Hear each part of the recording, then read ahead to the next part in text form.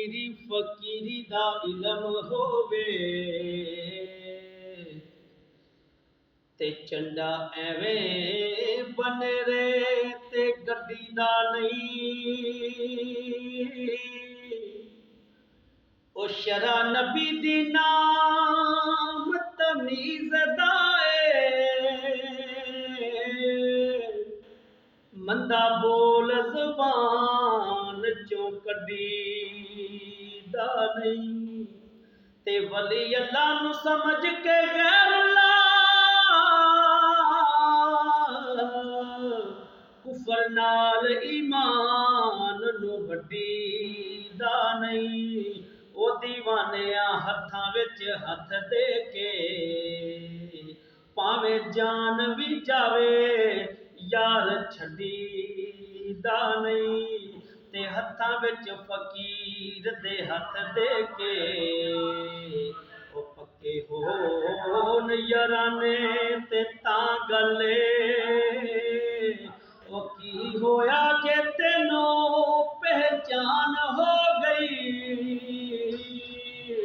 तेनू यार पहचाने ते तां गल्ले।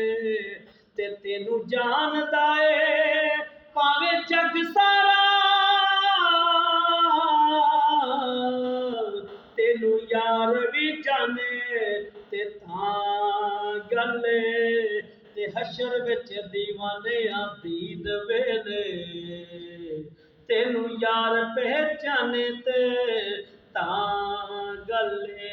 हशर विच दीवानियां दीद वेले तेनू यार पहचाने ते तां गल्ले।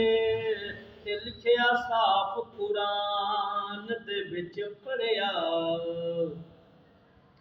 हक पातल तो ज़ेर नहीं हो सकदा।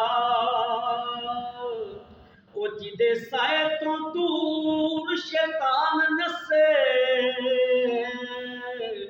उमर जिन्ना दलेर नहीं हो सकदा। ओ भावें दोवां दी सूरत ते शक्ल इक्के बच्चा बिल्ली दा शेर नहीं हो सकदा। मुनकर अली दा होवे ते जाए जन्नत तौबा एदा हनेर नहीं हो सकदा। मुनकर अली दा होवे ते जाए जन्नत तौबा एदा